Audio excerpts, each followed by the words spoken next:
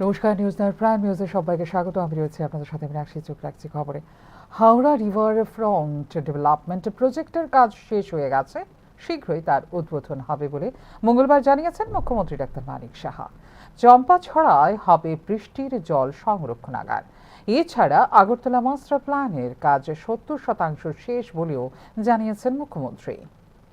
মঙ্গলবার ত্রিপুরা জল বোর্ডের অধীনে মাস্টারপাড়ায় বিভিন্ন প্রকল্পে শিলান্যাস অনুষ্ঠানে পৌরোহিত্য করেন মুখ্যমন্ত্রী ডাক্তার মানিক সাহা। এদিন মোট 22,55,00,000 টাকার বিভিন্ন প্রকল্পের আনুষ্ঠানিক ভিত্তিপ্রস্তর স্থাপন করেন মুখ্যমন্ত্রী ডাক্তার মানিক সাহা। বক্তব্য রাখতে গিয়ে মোট প্রায় 100 কোটি টাকা ব্যয়ে হাওড়া রিভার ফ্রন্ট ডেভেলপমেন্ট প্রকল্পের কাজ ইতিমধ্যে শেষ হয়ে গেছে বলে জানিয়েছেন মুখ্যমন্ত্রী ডাক্তার মানিক সাহা। কিছুদিনের মধ্যেই তার উদ্বোধন করা হবে বলেও জানিয়েছেন মুখ্যমন্ত্রী।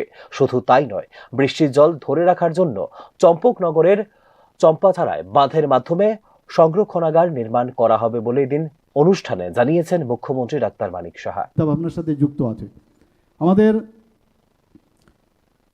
প্রায় এখানে Howrah river front development project, সেখানেও কিন্তু আপনারা দেখেছেন এর মধ্যে যে একটা সুন্দরভাবে একটা যে হাওড়া নদীর যে উন্নয়ন প্রকল্প হয়েছে, সেটাকে হাওড়া রিভার ফ্রন্ট ডেভেলপমেন্ট প্রায় 99 করোড়, প্রায় 100 করোড় খরচা হয়েছে এর মধ্যে। এটাও প্রায় ইনোগ্রেশনের পথে খুব সম্ভব কয়েকদিনের মধ্যেই হবে। তো আমি এগুলো বলার অর্থ হচ্ছে যে আমরা মানে সমালোচনা হবে, সমালোচনা করাটা খুব দরকার। এবং আমি আপনারা চেষ্টা আছে, কিন্তু জল যেহেতু আমাদের এবং সেটাকে রিচার্জ করার যে বিষয়, জল কিভাবে বৃষ্টির জল, কারণ বেশিরভাগ জল এই নদী যেটা হাওড়া নদী বা অন্যান্য নদী সেগুলো কিন্তু বাংলাদেশে চলে যায়, এত স্টিপ ধরে রাখা যায় না। তো ড্যাম আমি জিজ্ঞেস করছিলাম, ড্যাম করার জন্য আমি আগেও আমরা কথা বলেছি যে চম্পকনগরের এখানে একটা জায়গা আছে চম্পাছড়া, সেখানের মধ্যে জল যদি ধরে রাখা যায় তাহলে জলটা যাবে না আগামী দিনে ওইখান থেকে। তো আস্তে আস্তে করে সময়ের সাথে সাথে কিন্তু দেখুন কিভাবে ঘুরে টুরে আলটিমেটলি কোথায় আমরা চলে এলাম, মাটির নিচে ভূগর্ভস্থ জল। শহর আগরতলায় কাটাখালের জলের জন্য আরো বৃহৎ আকারে একটি ট্রিটমেন্ট প্ল্যান্ট তৈরি করার নির্দেশ দেওয়া হয়েছে বলে দিন জানিয়েছেন মুখ্যমন্ত্রী ডাক্তার মানিক সাহা। শুধু তাই নয়, রাজ্যের 20টি শহরের জন্য নির্মাণ করা হবে জিআইএস মাস্টার প্ল্যান, যেখানে আগরতলার জন্য এই জিআইএস মাস্টার প্ল্যান গড়ার কাজ 70% শেষ হয়ে গেছে বলে দিন জানিয়েছেন মুখ্যমন্ত্রী ডাক্তার মানিক সাহা। সময়ে আওয়ামী লীগের থেকে যারা আমার সাথে অনেক মিনিস্টার দেখা করেছিলেন, আমাদের এখান থেকে যে এই কাটাখাল এবং এই যে কালাপাইনিয়ার যে জল যায় বা এই আখাউড়ার যে জলটা যায়, তাদের ওখানে কিন্তু স্কিন ডিজিজ হচ্ছে, মানে সমস্ত আখাউড়া এরিয়া ফটো নিয়ে এসে আমাকে দেখাচ্ছিল যে আমাদের জলটা, তো ওনারা বলছিলেন যে এটা আপনারা যদি ট্রিটমেন্ট করে না পাঠান তাহলে আমাদের খুব সমস্যা হচ্ছে। তো আমরা সেইভাবে কিন্তু আমি নিজেও এখানে গেছি, আমি অফিসারদেরও বলেছি, মেয়র সাহেবকেও বলেছি যে আমরা যে ওইখানে যে ট্রিটমেন্ট প্ল্যান্টটা আমরা রেখেছি সেটা কিন্তু সাফিসিয়েন্ট না, আরও যাতে বড় করে করা যায় তার জন্য আমি নির্দেশ দিয়েছি যাতে আরও, কারণ আমরা চাই যে পাশের যারা রাজ্য আছে জলকে তো কেউ আটকিয়ে রাখতে পারবে না, কিন্তু জল যাতে স্মুথলি যায় এই কারণে ওখানে অবস্ট্রাকশন হয়, এবং এই জল আগরতলার মধ্যে কিন্তু আমাদের আগরতলার মধ্যে কিন্তু মানে ফ্লাড প্লবন এরিয়া হিসাবে চিহ্নিত হয়। তো আমরা এই কাজগুলো আমরা করছি। এখানে master plan is very important. Master plan ছাড়া এই আগুছালো কাজ হবে। তো সেখানে এই যে জিওগ্রাফিক ইনফরমেশন সিস্টেমের মাধ্যমে আমরা 20টি শহরে জিআইএস মাস্টার প্ল্যান তৈরি করছি। আমরা আগরতলা শহরে মাস্টার প্ল্যান তৈরি প্রায় 70% শুরু হয়ে গেছে। কালকেও আমি দেখছিলাম একটা জায়গায় আমাদের মাননীয় মেয়র সাহেব বলছিলেন যে মাস্টার প্ল্যান আগে ছিল না, আমরা কিন্তু প্রায় 70% কমপ্লিট হয়ে গেছে। 2025-26 অর্থ বছরে আমরা 2.0 এর অধীনে কমলপুরে নতুন পাইপলাইনের জন্য দরপত্র সহ পাইপলাইন সম্প্রসারণ, কলেজ জেলায় 1.5 MGD প্ল্যান্টের মতো নতুন সারফেস ওয়াটার শোধনাগার নির্মাণ, আমরা 2.0 প্রকল্পে তেলিয়ামুড়া, জিরানিয়া, সোনামুড়া এবং সাবরুমে বেশ কয়েকটি জল সরবরাহ প্রকল্প বাস্তবায়নের লক্ষ্যমাত্রা ধার্য করেছে জল বোর্ড।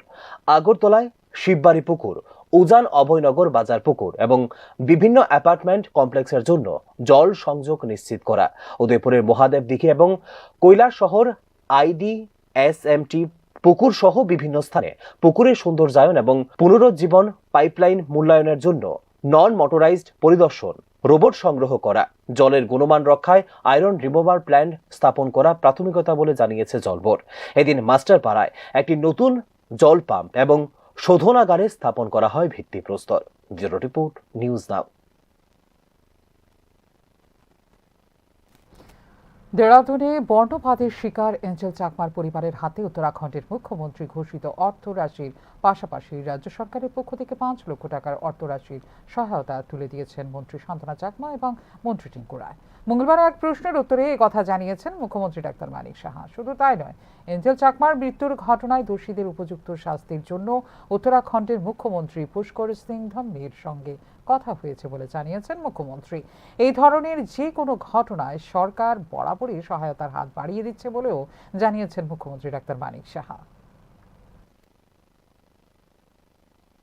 पैसा दे के किसी का जीवन तो फिर लौटा नहीं दे सकते, लेकिन वो जो चकमा है, एंजल चकमा, तो ये जैसे मैंने खबर मिला है तो वहाँ जो धामी जी है हमारा ऑनरेबल चीफ मिनिस्टर उत्तराखंड, उनसे मैंने बात की। आपको मालूम है, उन्होंने भी बताया जब हमसे बात किया है, तो देखिए उन्होंने भी कल भी मैं हमसे बात किया हमसे, तो उन्होंने इनके तरफ से, उनका सरकार की तरफ से फाइनेंशियली थोड़ा सा डिक्लेयर किया है।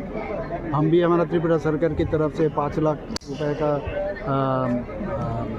मैंने इनको सहायता के लिए हमने फैमिली जो है उनको देने के लिए हम लोग डिक्लेयर किया। और आज हमारा जो मिनिस्टर है, ऑनरेबल मिनिस्टर टिंकू राय और खूब संभव सान्त्वना चाकमा दोनों गए वहाँ जाके वो दोनों चेक जो धामी जी जो दिए हैं ऑनरेबल चीफ मिनिस्टर उत्तराखंड, और हमारा जो ये चेक है दोनों इनका फैमिली को दिया है। तो बाद में ये लोग, इनका जो चाकमा स्टूडेंट्स का जो टीम है, ये लोग भी कल आके हमसे मिले, उनका बात सुने। तो हम लोग, आप जानते हो, जब किसी भी जगह कुछ भी समस्या होता है तुरंत हम लोग वहाँ पहुँच जाते हैं। पहले भी आप देखे हो कि जब अबाउट 350 स्टूडेंट्स जब मणिपुर में किस समस्या में ये लोग वहाँ पर मैंने कितना वो लोग फंस गए थे, तो वहाँ से हम ले आए वहाँ पर। और गवर्नमेंट हमेशा इस तरह, हमेशा कुछ ना कुछ किसी जगह समस्या होता है तुरंत हम लोग अपना we extend our hands to help them out. तो इस तरह हम लोग करते हैं हमेशा, तो ये होना भी चाहिए। सुख में तो सब रहेंगे, लेकिन दुख के सामने समय कौन सामने रहेंगे, कौन किसके साथ रहे, दिस इज़ वेरी इंपॉर्टेंट। और उस वक्त याद रखता है सब, और उसमें अपने आप में भी ना एक कम से कम ये आता है आत्मतुष्टि जिसको कहते हैं, सेल्फ सेटिस्फेक्शन आता है। नहीं, मैं अभी जिस जगह में हूँ, हमारा सरकार जिस जगह है, तो कुछ तो कर पाया, तो इसमें एक सेटिस्फेक्शन आता है। बाकी तो इनका आत्मा को शांति के लिए हमेशा, पहले भी मैंने कहा, मेरा फेसबुक में भी कहा, मैं ट्वीट भी किया, तो आत्मा को शांति दे। और बाकी उन्होंने ऑलरेडी 5 आदमी को अरेस्ट किया है, और एक को अभी भी उनके पीछे ये लोग कोशिश कर रहे हैं, वो भी मुझे कहा गया है अरेस्ट। और अरेस्ट नहीं है खाली उनका। ইতিহাস কেবল অতীতের গল্প নয়, তা একটি জাতির পরিচয় ও আত্মসম্মানের প্রতীক। আগরতলার ঐতিহাসিক জ্যাকসন গেট পুনর্নির্মাণের উদ্যোগ সেই হারিয়ে যাওয়া স্মৃতি ও রাজকীয় ঐতিহ্যকে নতুন করে ফিরিয়ে আনার এক গুরুত্বপূর্ণ প্রয়াস। মুখ্যমন্ত্রী ডাক্তার মানিক সাহার সরাসরি তদারকি ও ইতিবাচক উদ্যোগকে এই পদক্ষেপ এক নতুন অধ্যায়ের সূচনা করেছে ত্রিপুরার সাংস্কৃতিক ইতিহাস সংরক্ষণে। আগরতলা শহরের ঐতিহাসিক জ্যাকসন গেট পুনর্নির্মাণের উদ্যোগ নিলেন মুখ্যমন্ত্রী ডাক্তার মানিক সাহা। মঙ্গলবার প্রস্তাবিত জ্যাকসন গেট পুনর্নির্মাণ স্থল পরিদর্শন করেন মুখ্যমন্ত্রী ডাক্তার মানিক সাহা। রাজ্যের সাংস্কৃতিক ও ঐতিহাসিক উত্তরাধিকার রক্ষায় এক গুরুত্বপূর্ণ ও ইতিবাচক পদক্ষেপ হিসেবে বিবেচিত হচ্ছে মুখ্যমন্ত্রীর এই পদক্ষেপ। এই উদ্যোগ শুধুমাত্র অবকাঠামোগত উন্নয়নের মধ্যেই সীমাবদ্ধ নয়, বরং এর সঙ্গে জড়িয়ে রয়েছে ত্রিপুরার আত্মপরিচয় ও ইতিহাস পুনরুদ্ধারের গভীর বার্তা। 1927 সালে নির্মিত জ্যাকসন গেট ত্রিপুরার রাজকীয় যুগের এক জীবন্ত সাক্ষ্য। মহারাজা বীরবিক্রম কিশোর মানিক্যের রাজ্যাভিষেক উপলক্ষে আগরতলায় তাঁর আগমন এবং তৎকালীন বাংলার গভর্নর স্যার ফ্রান্সিস স্ট্যানলি জ্যাকসনের স্মরণে গড়ে উঠেছিল এই স্থাপত্য। আধুনিক ত্রিপুরার স্থপতি হিসেবে পরিচিত মহারাজা বীরবিক্রমের সঙ্গে জ্যাকসন গেটের ঐতিহাসিক যোগসূত্র আরও শক্তিশালী করে রাজ্যের সাংস্কৃতিক ধারাবাহিকতাকে। 1981 সালে পূর্ববর্তী সরকারের সময় রাস্তা সম্প্রসারণের নামে জ্যাকসন গেট ভেঙে ফেলা হয়েছিল, যা বহু ইতিহাসবিদ ও সংস্কৃতিমনা মানুষের কাছে ছিল একটি দুঃখজনক অধ্যায়। মুখ্যমন্ত্রী ডাক্তার মানিক সাহা নেতৃত্বে সেই হারানো অধ্যায় পুনরুদ্ধারের উদ্যোগ নিয়েছে বর্তমান সরকার। আগের নকশা ও ঐতিহাসিক বৈশিষ্ট্য অক্ষুণ্ণ রেখে পুনর্নির্মাণের সিদ্ধান্ত পরিচয় বহন করে রাজ্যের ঐতিহ্য সংরক্ষণে সরকারের আন্তরিকতার। একটা বিষয় হচ্ছে এই যে Jackson gate, sir Francis Stanley Jackson তখন 1927 এখানে এই যে জ্যাকসন গেট ওনার নামে বানানো হয়েছিল এবং উনি ছিলেন তৎকালীন সময়ে বেঙ্গল যে প্রভিন্স তার গভর্নর। এবং 1927-এ এটা শ্রীনিবাস সাহা নামে এক কন্ট্রাক্টর উনি বানিয়েছিলেন এবং হায়দ্রাবাদের যে চারমিনার গেট আছে সেটাকে সামনে রেখে উনি বানিয়েছেন। তো এটা মেইন উদ্দেশ্য ছিল মহারাজা তৎকালীন লাস্ট মহারাজা আমাদের ত্রিপুরা মহারাজা বীর বিক্রম কিশোর মাণিক্য বাহাদুর, তো উনার যে রাজ্যাভিষেক এবং 1927-এ রাজ্যাভিষেক হয়েছেন এবং উনার যে রাজদরবার 1929-এ হয়। তো এই যে জ্যাকসন সাহেব এই আখাউড়া খালের উপরে এই জ্যাকসন গেটটা বানানো হয়েছিল ওনাকে ওয়েলকাম করার জন্য। আমি যে হিস্ট্রিটা দেখেছি, তো স্যার ফ্রান্সিস জ্যাকসন ওনাকে ওয়েলকাম করার জন্য এটা বানিয়েছিল। উনি এসে এত প্লিজড হয়েছে, এত সুন্দরভাবে কী করে বানালেন। এবং আমরা যখন আগে চিলড্রেন্স পার্কে খেলাধুলা করতাম, আমরা কিন্তু বৃষ্টি পড়লে এখানেই দাঁড়িয়ে থাকতাম ছোটোবেলায়। তো এখনও এখানকার যারা লোক এখনও সাইনবোর্ডে দেখবেন জ্যাকসন গেট, জ্যাকসন এখনও দেখুন লেখা আছে জ্যাকসন গেট, কিন্তু জ্যাকসন গেট কোথায়? তো 1981-এ তৎকালীন নৃপেনবাবুর সময় মানে লেফট ফ্রন্টের সময় এটাকে ভেঙে দেওয়া হয়, ওটাকে প্রপারলি মেরামতও করা হয়নি। তো খুব সম্ভব ওনারা বোধহয় যেহেতু আস্তে আস্তে করে বড় বড় গাড়ি আসা শুরু করলো, তো যেতে অসুবিধা হয়, তো এগুলো ভেঙে দেওয়া হয়েছে এটাকে।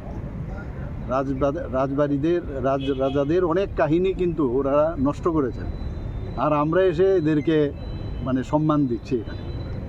তো আমরা ডিসিশন নিলাম। জ্যাকসন গেট পুনর্নির্মাণের উদ্যোগ স্পষ্ট করে দেয় যে উন্নয়ন মানে ইতিহাস বিসর্জন নয়, বরং আধুনিক নগরায়নের সঙ্গে ঐতিহ্য সংরক্ষণের একটি ভারসাম্যপূর্ণ দৃষ্টিভঙ্গি প্রতিফলিত হয়েছে এই পদক্ষেপে।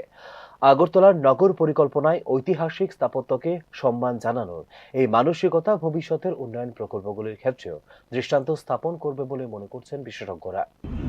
যে জ্যাকসন গেট, জ্যাকসন কে, লোকটাকে কী কারণে হয়েছিল, সেই ইতিহাস এবং যে রয়্যাল ফ্যামিলির যে পাস্ট হিস্ট্রি সেটাকে আবার আমরা পুনরুদ্ধার করার চেষ্টা করছি। বাইরের থেকে যখন আসবে, আমরা তো যারা রয়্যাল ফ্যামিলি এত বছর ধরে ত্রিপুরাকে ওরা শাসন করেছে, ওদের অনেক কিছু দান কিন্তু এখানে আছে। যদিও ওনারা কিন্তু কালকে দেখলাম জনশিক্ষা সমিতির নাম দিয়ে বলছে মহারাজারা শিক্ষার নামে কিছুই করেনি, অদ্ভুত। মানে প্রাক্তন মুখ্যমন্ত্রী আমি ভাষণ শুনছিলাম এবং ওনারা যখন এই জনশিক্ষা সমিতি আন্দোলন শুরু করে তখন নাকি মহারাজা একটা প্যারালাল আরেকটা নাকি ধরনের সংগঠন করে যাতে এটাকে মানে দাবানো যায়।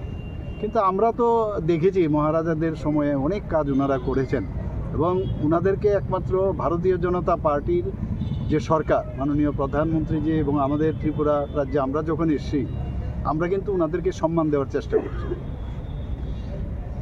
এবং শুধু সম্মান না, আগের যেসব জায়গাগুলো কোনোদিন ওনাদের সময়ও হয়নি, যেমন কামানচুমনির পাশে যে আইল্যান্ডটা, সেটাও আপনারা দেখেছেন মহারাজা বীর বিক্রমের নামে ওনার একটা মূর্তি সেখানে স্থাপন করেছে। এবার জ্যাকসন সাহেবকে তো নেক্সট জেনারেশন বা এখনের জেনারেশন জানে না, তো এই জ্যাকসন সাহেবের নামে আবার নতুনভাবে আমরা এই একটা সুন্দর gateway to the Ujjayanta palace, সেটাকে আমরা নতুনভাবে আরও সেট আপ করছি এবং একটু বড় সড়ো করে যাতে গাড়ি ঘোড়া যাতে অসুবিধা না হয়, সেই কারণে আজকে এলাম।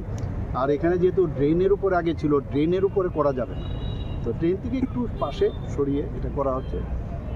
এর জন্য এলাম দেখতে এখানে যে যাতে সেন্টারটা ঠিক থাকে। বিশ্লেষকদের মতে জ্যাকসন গেট পুনর্নির্মাণের ফলে আগরতলার পর্যটন মানচিত্রেও পড়বে ইতিবাচক প্রভাব। রাজকীয় স্থাপত্য ও ইতিহাস ভিত্তিক পর্যটনের প্রতি আগ্রহ বাড়ার পাশাপাশি উপকৃত হতে পারে স্থানীয় অর্থনীতিও। একই সঙ্গে তৈরি হবে নতুন প্রজন্মের কাছে ত্রিপুরার ইতিহাসকে দৃশ্যমান ও জীবন্ত করে তোলার সুযোগ। যদিও অতীতে জ্যাকসন গেট ভাঙার বিষয়টি রাজনৈতিক বিতর্কের জন্ম দিয়েছিল, তবে বর্তমান উদ্যোগকে রাজনৈতিক উদ্দেশ্যের ঊর্ধ্বে উঠে একটি সাংস্কৃতিক ও ঐতিহাসিক দায়িত্ব পালন হিসেবে দেখছেন অনেকেই। মুখ্যমন্ত্রীর সরাসরি উদ্যোগ এবং তদারকি আরও বাড়িয়ে তুলেছে এই প্রকল্পের গুরুত্বকে। সব মিলিয়ে জ্যাকসন গেট পুনর্নির্মাণে মুখ্যমন্ত্রী ডাক্তার মানিক সাহার ইতিবাচক পদক্ষেপ ত্রিপুরার রাজকীয় ইতিহাস ও স্থাপত্য ঐতিহ্য সংরক্ষণের পথে এক তাৎপর্যপূর্ণ অধ্যায়ের সূচনা করেছে। এই উদ্যোগ শুধু অতীতকে সম্মান জানায় না, বরং ইতিহাসকে সংরক্ষণ ও শিক্ষার একটি শক্ত ভিত নির্মাণ করবে ভবিষ্যৎ প্রজন্মের জন্য। Report, news now. দেরাদুনে নিহত ত্রিপুরার মাছমারার বাসিন্দা এঞ্জেল চাকমার বাড়িতে মঙ্গলবার সকালে ছুটে যান রাজ্য সরকারের দুই মন্ত্রী টিঙ্কু রায় ও শান্তনা চাকমা। শোকাহত পরিবারের পাশে দাঁড়িয়ে রাজ্য সরকারের পক্ষ থেকে 5 লক্ষ টাকার আর্থিক সহায়তা চেক তুলে দেন তারা। পাশাপাশি উত্তরাখণ্ড সরকারের তরফ থেকেও 4,12,000 টাকা চেক তুলে দেওয়া হয় এঞ্জেল চাকমার পরিবারের হাতে। এঞ্জেল চাকমার মৃত্যুর ঘটনায় দোষীদের উপযুক্ত দৃষ্টান্তমূলক শাস্তি নিশ্চিত করতে উত্তরাখণ্ডের মুখ্যমন্ত্রী পুষ্কর সিং ধামের সঙ্গে ত্রিপুরার মুখ্যমন্ত্রী ডাক্তার মানিক সাহা সরাসরি কথা বলেছেন বলে জানিয়েছেন মন্ত্রী টিঙ্কু রায়। রাজ্য সরকার পুরো ঘটনার উপর নজর রাখছে এবং নিহতের পরিবারকে ন্যায় বিচার পাইয়ে দিতে সব রকম পদক্ষেপ নেওয়া হবে বলে দেওয়া হয়েছে আশ্বাস।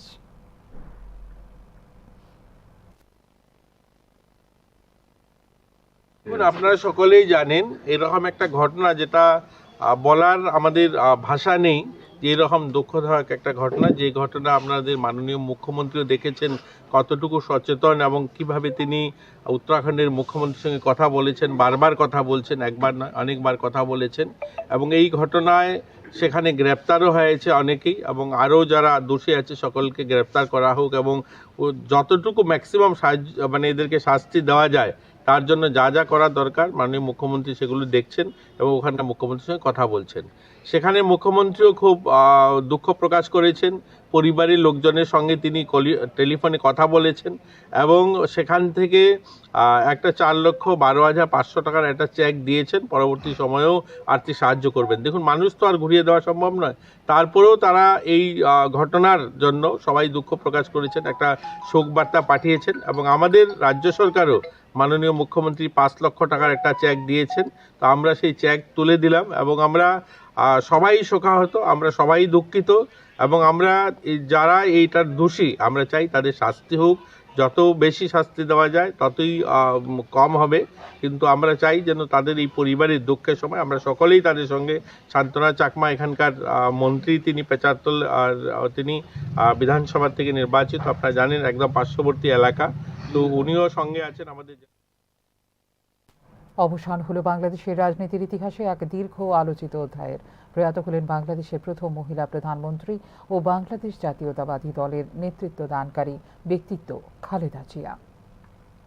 বাংলাদেশের রাজনীতির এক দীর্ঘ অধ্যায়ের অবসান ঘটিয়ে প্রয়াত হলেন দেশের প্রথম মহিলা প্রধানমন্ত্রী ও বাংলাদেশ জাতীয়তাবাদী দলের প্রধান খালেদা জিয়া। মঙ্গলবার সকাল 6টায় 80 বছর বয়সে মৃত্যু হয় তাঁর। টানা 20 দিন ভেন্টিলেটরে থাকার পর তিনি শেষ নিঃশ্বাস ত্যাগ করেন বলে জানিয়েছেন তাঁর পরিবার ও দল। দীর্ঘদিন ধরে একাধিক জটিল শারীরিক সমস্যায় ভুগছিলেন খালেদা জিয়া। বুকের সংক্রমণ, লিভার ও কিডনির জটিলতা, ডায়াবেটিস, আর্থাইটিস এবং চোখের সমস্যা সহ নানা শারীরিক অসুস্থতার কঠিন হয়ে উঠেছিল তার জীবনযাত্রা। সাম্প্রতিক সময়ে তার শারীরিক অবস্থার অবনতি হলে তাকে নিবিড় পর্যবেক্ষণে রাখা হয় এবং শেষ পর্যন্ত ভেন্টিলেটরে নেওয়া হয় খালেদা জিয়াকে। 1991 সাল থেকে 1996 সাল এবং 2001 সাল থেকে 2006 সাল এই 2 মেয়াদে বাংলাদেশের প্রধানমন্ত্রী হিসেবে দায়িত্ব পালন করেন খালেদা জিয়া। সামরিক শাসন পরবর্তী সময়ে গণতান্ত্রিক ধারার পুনঃপ্রতিষ্ঠায় তাঁর ভূমিকা ছিল উল্লেখযোগ্য। তিনি ছিলেন শহীদ রাষ্ট্রপতি জিয়াউর রহমানের সহধর্মিণী এবং বিএনপির প্রতিষ্ঠাতা ও বিকাশে এক কেন্দ্রীয় নেতৃত্ব। রাজনৈতিক জীবনের পাশাপাশি পারিবারিক জীবনেও নানা বেদনা সাক্ষী ছিলেন তিনি। 2015 সালে হৃদরোগে আক্রান্ত হয়ে মারা যান তাঁর ছোট ছেলে আরাফাত রহমান কোকো। বড় ছেলে তারেক রহমান দীর্ঘদিন প্রবাসে অবস্থান করলেও সাম্প্রতিক সময়ে দেশে ফিরে আসেন, যার প্রেক্ষাপটে নতুন গতি পায় দলের রাজনৈতিক তৎপরতা। মৃত্যুর ঠিক আগ মুহূর্ত পর্যন্ত খালেদা জিয়াকে ঘিরে রাজনৈতিক আলোচনার কেন্দ্রে ছিল আসন্ন নির্বাচন। শারীরিক অবস্থা সংকটজনক হওয়া সত্ত্বেও বিএনপি সিদ্ধান্ত নেয় নির্বাচনে প্রতিদ্বন্দ্বিতা করবেন খালেদা জিয়া। বগুড়া ৭ আসনের জন্য তার মনোনয়নপত্র দাখিল করা হয়, যা রাজনৈতিক মহলে নানা প্রশ্ন ও আবেগের জন্ম দেয়। ওই আসনটি বিএনপির জন্য ঐতিহাসিকভাবে গুরুত্বপূর্ণ, কারণ এটি জিয়াউর রহমানের অবস্থান স্থল হিসেবে পরিচিত এবং 1991, 1996 ও 2001 সালে এই আসন থেকে নির্বাচিত হয়েছিলেন খালেদা জিয়া নিজেও। খালেদা জিয়ার মৃত্যুতে বাংলাদেশের রাজনৈতিক অঙ্গনে দেখা দিয়েছে শোকের ছায়া। খালেদা জিয়ার মৃত্যু বাংলাদেশের রাজনীতিতে এক বিশাল শূন্যতা তৈরি করল। প্রথম নারী প্রধানমন্ত্রী হিসেবে তিনি দেশের রাজনৈতিক ইতিহাসে গুরুত্বপূর্ণ ভূমিকা রেখেছেন। গণতন্ত্রের সংগ্রামে তাঁর অবদান স্মরণীয় হয়ে থাকবে বলে শোকবার্তায় জানিয়েছেন সাবেক প্রধানমন্ত্রী শেখ হাসিনা। ভারতের প্রতি খালেদা জিয়ার অবস্থান প্রায়শই সংঘাতপূর্ণ ছিল। বারবার তিনি বলেছিলেন যে বাংলাদেশের সার্বভৌমত্ব এবং নিরাপত্তা সর্বাগ্রে। প্রধানমন্ত্রী থাকাকালীন খালেদা জিয়া বাংলাদেশের মধ্য দিয়ে ভারতকে একটি রুট দেওয়ার বিরোধিতা করেছিলেন। ভারত চেয়েছিল এই রুটটি তার উত্তর পূর্বাঞ্চলীয় রাজ্যগুলিতে প্রবেশের জন্য। তিনি টোল ট্যাক্স ছাড়াই ভারতীয় ট্রাকগুলিকে বাংলাদেশের রাস্তায় চলাচলের অনুমতি দেওয়ারও বিরোধিতা করে। একে দাসত্বের সমতুল্য বলে অভিহিত করেছিলেন খালেদা জিয়া। 1972 সালে ভারত বাংলাদেশ মৈত্রী চুক্তির ধারাবাহিকতারও বিরোধিতা করেছিলেন খালেদা জিয়া। তবে খালেদা জিয়া পুরোপুরি ভারতের বিরুদ্ধে ছিলেন না। তিনি চেয়েছিলেন যে ভারত যদি কোনো সুযোগ সুবিধা দেয় তবে বাংলাদেশ যেন তার লাভবান হয়। উদাহরণস্বরূপ তিনি যুক্তি দিয়েছিলেন যে ভারতকে তিস্তা নদীর জল প্রবেশাধিকার দেওয়ার আগে এটি চুক্তিতে পৌঁছানো উচিত। ভারত থেকে দূরত্বের মধ্যেও চীনের সাথে সম্পর্ক জোরদার করেন খালেদা জিয়া। 2002 সালে তাঁর শাসনকালে চীন থেকে ট্যাঙ্ক এবং যুদ্ধ জাহাজের মতো অস্ত্র কিনেছিল বাংলাদেশ, যা উদ্বেগের সৃষ্টি করেছিল ভারতে। বিএনপি সরকার উত্তর পূর্ব ভারতের জঙ্গি সংগঠনগুলিকে আশ্রয় দিচ্ছে বলে অভিযোগ করেছিল ভারত। খালেদা জিয়া পূর্বে এই ধরনের কিছু সংগঠনকে বর্ণনা করেছিলেন মুক্তিযোদ্ধা হিসেবে। 2012 সালের পর খালেদা জিয়ার ভারতের সাথে সম্পর্কের কিছুটা উন্নতি দেখা যায়। দিল্লি সফরের সময় তিনি আশ্বস্ত করেন যে ভবিষ্যতের বাংলাদেশের মাটি ভারতের বিরুদ্ধে সন্ত্রাসী কর্মকাণ্ড পরিচালনা করতে দেবে না বিএনপি সরকার। বাংলাদেশের রাজনীতিতে নেতৃত্ব, মতাদর্শ এবং গণতান্ত্রিক সংগ্রামের দীর্ঘ পথ চলার কথা স্মরণ করিয়ে দেয় খালেদা জিয়ার রাজনৈতিক কেরিয়ার। তাঁর রাজনৈতিক জীবন বিতর্ক, সংগ্রাম এবং অর্জনে পরিপূর্ণ, যা একটি গুরুত্বপূর্ণ অধ্যায় হিসেবে চিহ্নিত হয়ে থাকবে বাংলাদেশের রাজনৈতিক ইতিহাসে। ব্যুরো রিপোর্ট, নিউজ নাও। সীমান্তবর্তী রাজ্য ত্রিপুরায় ফের সামনে এলো চরমপন্থী তৎপরতার আশঙ্কা। সুনির্দিষ্ট গোয়েন্দা তথ্যের ভিত্তিতে ত্রিপুরা পুলিশ, আসাম পুলিশ ও কেন্দ্রীয় গোয়েন্দা সংস্থার যৌথ অভিযানে গ্রেপ্তার করা হলো বাংলাদেশের জেএমবি ঘনিষ্ঠ সন্দেহভাজন চরমপন্থী। রাজধানীর জয়পুর এলাকা থেকে গ্রেপ্তার করা হয় তাকে। সুনির্দিষ্ট গোয়েন্দা তথ্যের ভিত্তিতে ত্রিপুরা পুলিশ, আসাম পুলিশ এবং কেন্দ্রীয় গোয়েন্দা সংস্থার সমন্বয়ে পরিচালিত যৌথ অভিযানে মঙ্গলবার সকালে এক সন্দেহভাজন চরমপন্থীর গ্রেপ্তার নতুন করে আলোচনা সূত্রপাত করেছে রাজ্যের নিরাপত্তা পরিস্থিতি নিয়ে। শুধু একটি বিচ্ছিন্ন আইন শৃঙ্খলা সংক্রান্ত ঘটনা নয়, বরং উত্তর পূর্ব ভারতের সীমান্তবর্তী রাজ্যগুলিতে সক্রিয় চরমপন্থী নেটওয়ার্কের গভীরতা এবং বিস্তারের দিকটি স্পষ্ট করে তুলেছে এই ঘটনা। গ্রেপ্তার হওয়া জাগির মিয়া পশ্চিম ত্রিপুরার জয়পুর গ্রামের বাসিন্দা। স্পেশাল টাস্কফোর্স পুলিশ স্টেশনের মামলা নম্বর 06/2025 অনুযায়ী ভারতীয় ন্যায় সংহিতা 2023-এর একাধিক ধারা এবং বেআইনি কার্যকলাপ আইন বা ইউএপি এর কঠোর ধারার অভিযোগ আনা হয়েছে তার বিরুদ্ধে। এই ধারাসমূহ সাধারণত সংগঠিত সহিংসতা, রাষ্ট্রবিরোধী ষড়যন্ত্র এবং সন্ত্রাসী কার্যকলাপের সঙ্গে সরাসরি যুক্ত, যা এই মামলার গুরুত্বকে বাড়িয়ে দিয়েছে বহুগুণ। তদন্তে উঠে আসা সবচেয়ে উদ্বেগজনক দিকটি হল জাকির মিয়ার সঙ্গে ইমাম মাহমুদে কাফিলা নামে পরিচিত একটি সংগঠনের সক্রিয় যোগাযোগ, যা নিষিদ্ধ জঙ্গি সংগঠন জামায়াতুল মুজাহিদিন বাংলাদেশ বা এএমবি এর সম্প্রসারণ হিসেবে পরিচিত। বিশেষত সামাজিক যোগাযোগ মাধ্যম যেমন হোয়াটসঅ্যাপের মাধ্যমে যোগাযোগ রক্ষা করত এই অভিযুক্ত। ত্রিপুরা বাংলাদেশের সঙ্গে দীর্ঘ আন্তর্জাতিক সীমান্ত ভাগ করে নেওয়া একটি সংবেদনশীল রাজ্য। অতীতেও সীমান্ত পেরিয়ে জঙ্গি কার্যকলাপ, অনুপ্রবেশ এবং নাশকতার আশঙ্কা বড় চ্যালেঞ্জ হয়ে উঠেছে প্রশাসনের কাছে। এ প্রেক্ষাপটে রাজ্যের অভ্যন্তর থেকে একজন সন্দেহভাজন চরমপন্থী গ্রেপ্তার সীমান্ত নিরাপত্তা, স্থানীয় নজরদারি এবং গোয়েন্দা তথ্যের সমন্বয়ে তুলে এনেছে সামনের সারিতে। এই ধরনের গ্রেপ্তার ইঙ্গিত দেয় যে চরমপন্থী সংগঠনগুলি সরাসরি সশস্ত্র কার্যকলাপের পাশাপাশি আদর্শিক প্রভাব বিস্তার এবং নেটওয়ার্ক গড়ে তোলার দিকে বেশি গুরুত্ব দিচ্ছে বলে মনে করছেন বিশ্লেষক মহল। তরুণদের লক্ষ্য করে ডিজিটাল প্ল্যাটফর্মের ব্যবহার এবং সীমান্তবর্তী গ্রামীণ এলাকাকে নিরাপদ আশ্রয় হিসেবে বেছে নেওয়ার প্রবণতা আরও বড় নিরাপত্তা ঝুঁকি তৈরি করতে পারে ভবিষ্যতে। বর্তমানে অভিযুক্তকে পুলিশ হেফাজতে রেখে চালানো হচ্ছে জিজ্ঞাসাবাদ। তদন্তকারীদের আশা সংগঠনের অর্থের উৎস, যোগাযোগের রুট এবং সম্ভাব্য স্লিপার সেলের তথ্য উঠে আসবে এই জিজ্ঞাসাবাদ থেকে। ব্যুরো রিপোর্ট, নিউজ নাও। এখনকার মতো এই মুহূর্তে সংবাদ এই পর্যন্ত। অন্যান্য আপডেটস দেখার জন্য অবশ্যই নজর রাখতে হবে নিউজ নাওর পর্দায়। নমস্কার, শুভরাত্রি।